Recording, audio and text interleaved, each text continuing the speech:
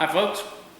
Well, everybody's talking about what happened at Richmond and the start of the chase, and certainly from NASCAR's standpoint, they couldn't have asked for anything better because of all the publicity that was created in the last few laps at Richmond last weekend before the start of this week's Chicagoland race and the start of the chase. Well, first of all, we know Michael Waltrip's team was fined $300,000.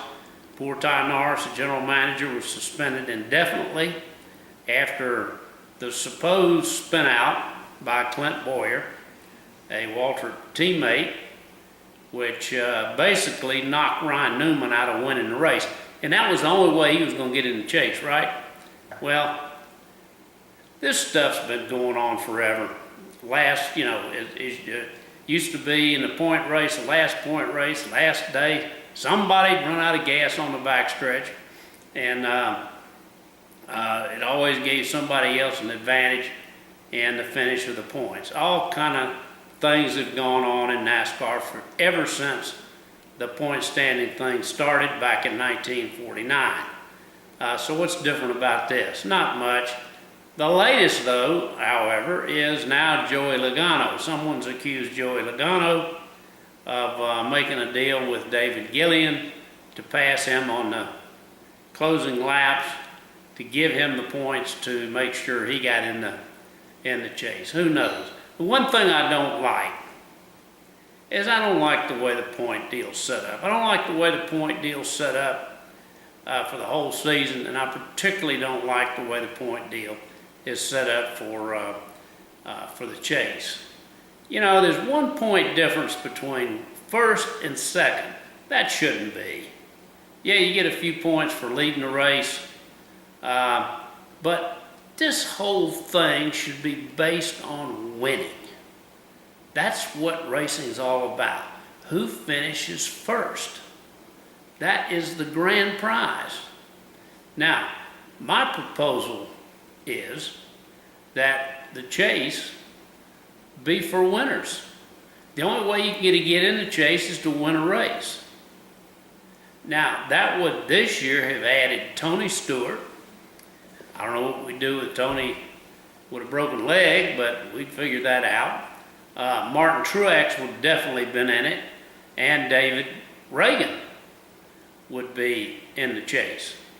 I just don't think that racing is about third, fourth, fifth place. We got guys in the chase that did not want to race. So let's change this thing. Let's put the emphasis back on winning the race. And in the chase, the way I would change it is I would make the person that won the most races the final champion in the chase. We got 12 races. Say Casey Kane wins 3 of them, and Ryan Newman wins 2, then Casey Kane is our champion. I think that's what racing's all about. Racing's about winning.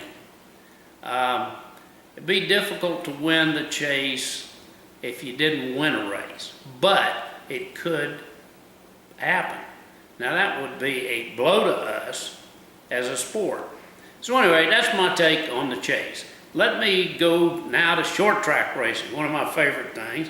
You know, there's 1,500 short tracks across America, representing 40 million fans, and that's more than the NFL, NCAA, Major League Baseball, etc. combined. And the short tracks are the real backbone to racing. There's still a lot of good racing left, and it seems this year, and I've been to a lot of them myself, the crowds have really hit the dirt tracks big.